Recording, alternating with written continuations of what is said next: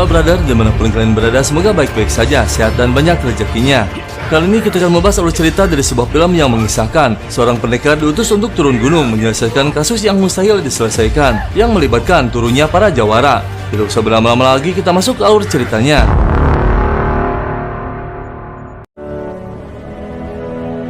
Kisah berawal ketika negara Han giat membangun dan mengutus para pedagang ke wilayah barat untuk menghubungkan koridor heksi agar kekuatan negara semakin meningkat. Suku Xiongnu menginginkan kekayaan dan kemakmuran negara Han, berupaya menghasut negara di wilayah barat untuk merampok rombongan pedagang tersebut, sehingga wilayah barat dianggap berbahaya.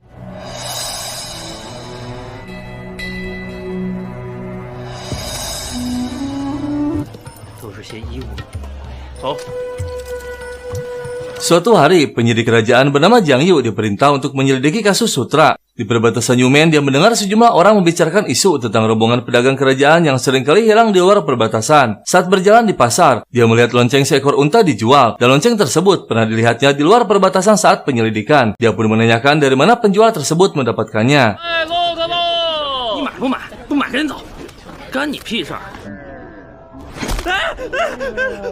Tak lama kemudian dia datang ke tempat hiburan dan menemui seorang wanita bernama Sisi yang dikenal sebagai pencuri lihai. Jiang menanyakan dari mana mendapatkan unta yang dijual di pasar. Namun tiba-tiba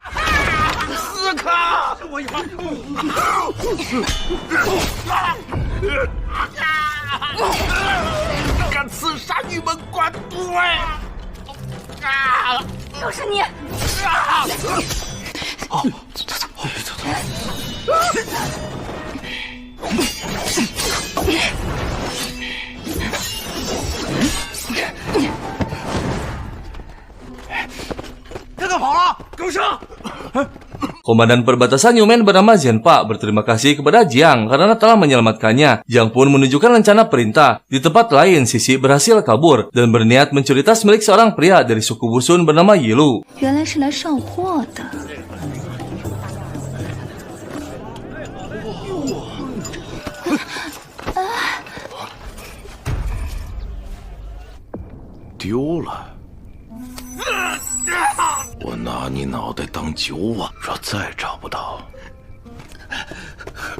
Di kediaman komandan, Jiang membicarakan kasus sutra yang sedang diselidiki. Kabar tentang hilangnya rombongan para pedagang pun telah tersebar di kota Chang'an. Dia juga menunjukkan tulang yang ditemukan di perbatasan. Setelah diamati dari potongannya, kemungkinan besar itu ulah manusia.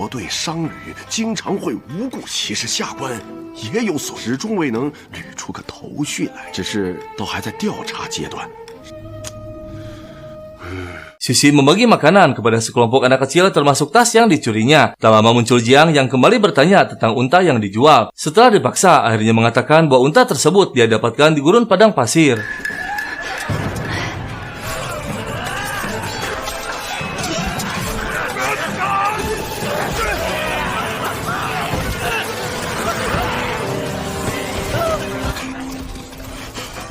Dan tiba-tiba muncul Yilu bersama dua temannya menanyakan tas miliknya. Dia menyuruh Jiang pergi, namun meminta mereka semua ikut dengannya ke kediaman komandan untuk diinterogasi. Yilu menolak hingga kemudian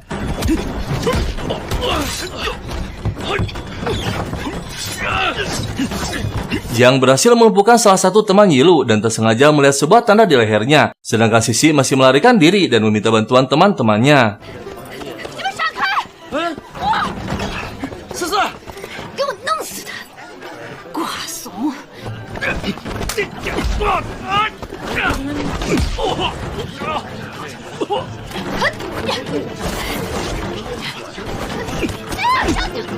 Sisi dibawa ke sebuah tempat dan melihat beberapa orang penduduk Han yang diikat tak sadarkan diri. Dia bersikeras tak memberitahu keberadaan tasnya hingga seseorang menghampirinya. Melihat pria tersebut, Sisi marah dan memakinya. Tak lama pria itu mengeluarkan sesuatu dan mendekatkannya ke wajah Sisi.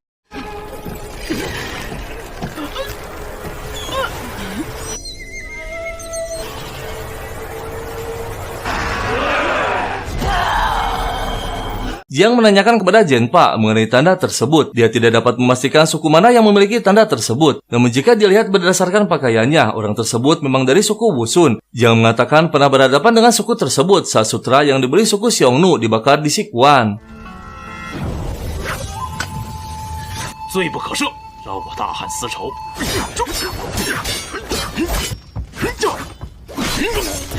Di Dilihat dari rentetan kejadian, semua ini merupakan perbuatan yang direncanakan untuk mencegah Sutra sampai ke Xiongnu tepat waktu. Menurut Jiang, Wusun merupakan suku kecil yang terkendali oleh Xiongnu. Rakyatnya pun lemah sehingga mereka tak mungkin memusuhi negara Han. Di tengah obrolan tersebut, tiba-tiba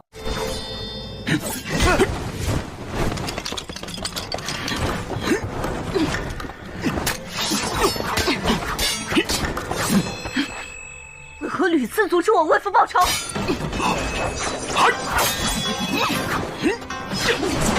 屡次刺杀玉门关都尉， Dilihat dari aksinya, Jiang yakin wanita tersebut berasal dari keluarga Li Sheng, seorang pengkhianat negara yang ahli dalam teknik pedang. Wanita bernama Miao marah karena Jiang telah menghina ayahnya dan mengatakan bahwa Jian Pala yang memfitnah ayahnya, sehingga membuat anggota keluarga Li meninggal dengan tragis. Saat Miao kembali menyerang, Jiang menunjukkan plakatnya dan menantang Jiang untuk membuktikan bahwa ayahnya bukan pengkhianat. Dan saat Jiang meminta bukti, Miao mengatakan bahwa kemarin melihat Zhenpa menyerahkan sesuatu kepada seseorang dan meminta imbalan yang telah dijanjikan. Tak lama muncul 2 orang berpatroli, memerintahkan semua penduduk menutup pintu dan melarang mereka berkeliaran di dalam kota. 真有此事，我定为你做主。玉门关宵禁，你倒是可以去问问张振法，为何匈奴人可以进出自由？ 城中不得有行者。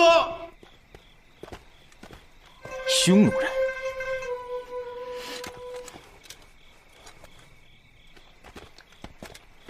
Mereka berdua melihat Yilu bertanya pada Sisi di mana dia menyimpan tasnya. Tak lama seorang bocah keluar memakai tas yang dicari. Dia pun segera merebut tas tersebut dan memeriksa isinya. Miao memberitahu Jiang bahwa tas itulah yang diserahkan oleh Zhenpa.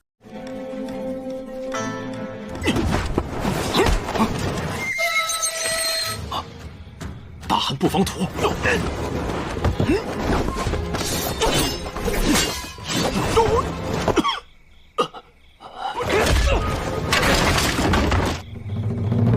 大汗不防土，是不是都尉张振发？ 西域蛊毒，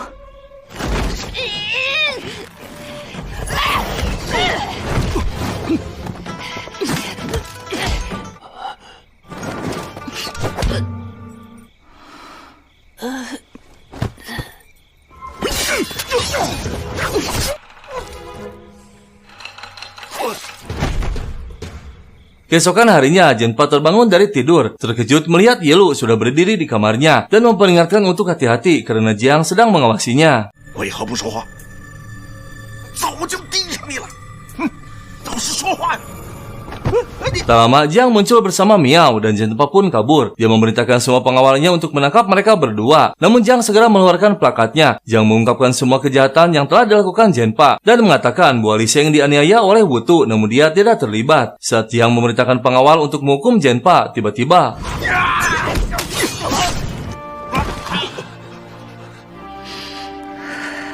Jiang mengumumkan bahwa dia akan memegang jabatan sementara sebelum pejabat baru mengambil alih. Terlihat Sisi terbaring setelah mendapatkan obat dari Miao yang mengatakan bahwa racun serangga telah memasuki meridian. Tak lama Sisi pun sadar. Teman-temannya menjelaskan bahwa dia telah terkena racun serangga dari Xiongnu. Setelah mengingat kejadian yang dialaminya, Sisi mulai menceritakan telah bertemu orang Xiongnu yang telah menghabisi orang tuanya saat peristiwa penyerangan desa dan melihat banyak penduduk Han telah diracuni, namun tidak mengetahui secara pasti lokasinya karena dibawa dengan mata yang ditutup. Dari pendengarannya, dia bisa menunjukkan arah jalan menuju lokasi tersebut. 左边比右边热，时辰，我听见风吹过土。在这里，我听到很奇怪的风声。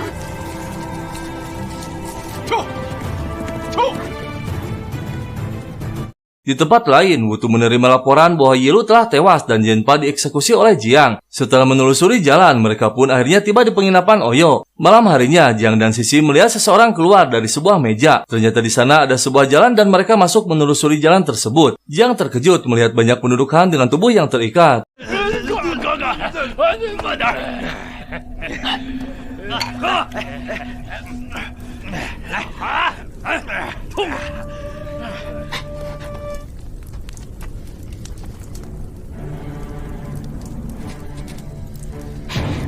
Mereka kembali ke kediaman komandan untuk merencanakan strategi membebaskan para penduduk. Tak lama seorang penjaga bernama Liu menemui Jiang untuk menyerahkan dokumen resmi dan melaporkan bahwa kelompok Sutra ketiga telah tiba di pos perbatasan Yumen. 特使大人，有失远迎，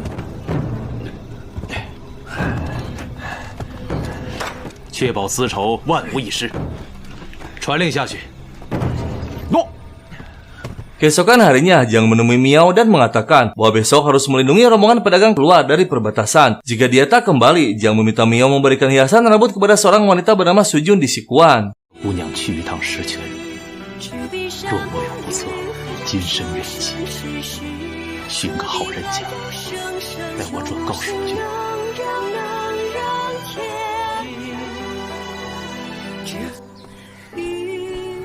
Beberapa bulan yang lalu, dia menemui Sujun untuk pamit melaksanakan perintah dari Kaisar, meskipun sebelumnya mengatakan akan mengundurkan diri dan menikah dengannya. Namun adanya kebakaran kelompok sutra kedua, dia ditugaskan untuk menjaga pengiriman sutra selanjutnya. 日何日才能再见？ 我四处奔波，这10年，我又要试验了。 到死方休，蜀军对你的情， 我定跟天子请辞，娶你为妻，你一起归隐石泉。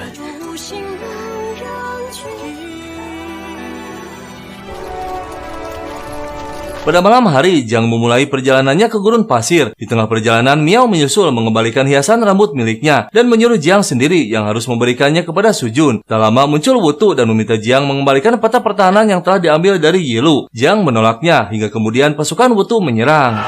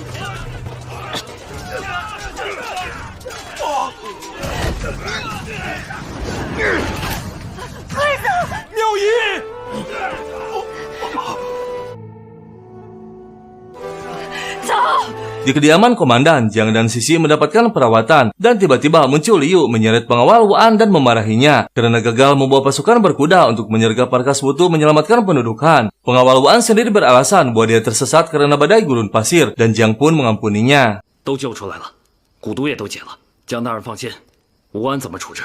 当下用人之急，令你戴罪立功。 Setibanya di markas, Wutu terkejut melihat semua pasukannya tewas. Dia mengetahui bahwa pendudukan yang disandera telah diselamatkan oleh tentara negara Han. Wutu membuka peti yang berhasil dirampas, namun ternyata kosong.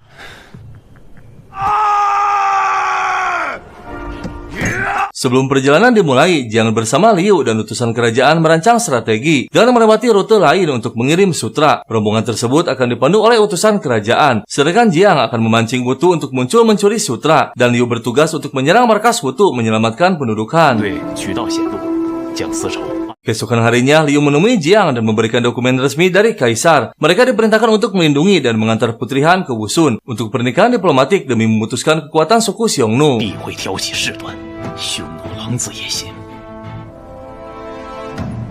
Wutu menemui pemimpinnya dan diremehkan karena dianggap telah menggagalkan rencana mereka. Tak lama muncul seorang pria dari Wusun bernama Jenderal Juwo melaporkan Putri Han akan tiba di perbatasan Yumen 2 hari lagi dan akan memastikan Putri Han tidak keluar dari perbatasan agar pernikahannya tidak terlaksana.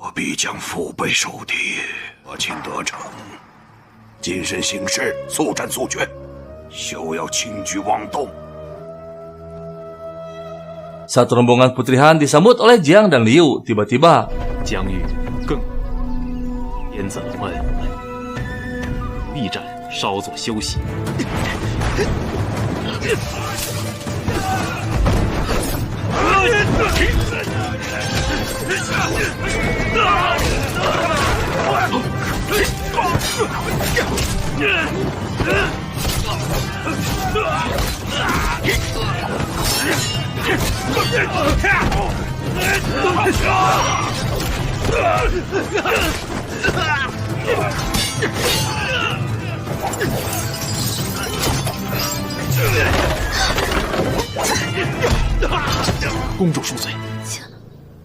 相遇。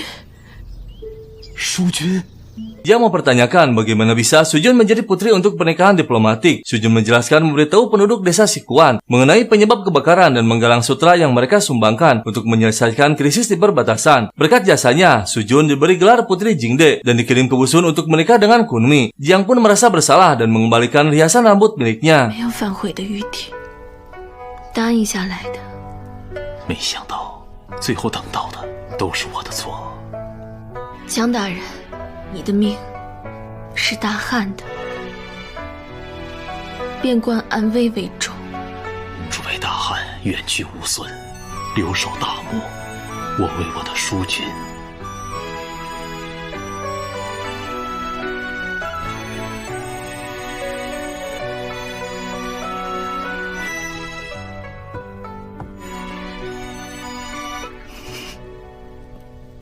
Di tempat lain, Jenderal Zhuo kembali melaporkan gagal melaksanakan tugasnya. Pemimpinnya memberikan kesempatan terakhir, dan siapapun yang berhasil merebut perbatasan Yumen lebih dulu akan diangkat menjadi raja. 匈奴大军明晚将至，什么时候到？闵门关难逃一场恶战。匈奴与大汉大战在即，尽快撤离其余的百姓。我等必须连夜启程。公主和妻刻不容缓。 Saat malam tiba, Jiang melepas kepergian Putri Han dan mulai melaksanakan strategi perlawanan dengan Xiongnu bersama pasukan yang tersisa di perbatasan Yumen. “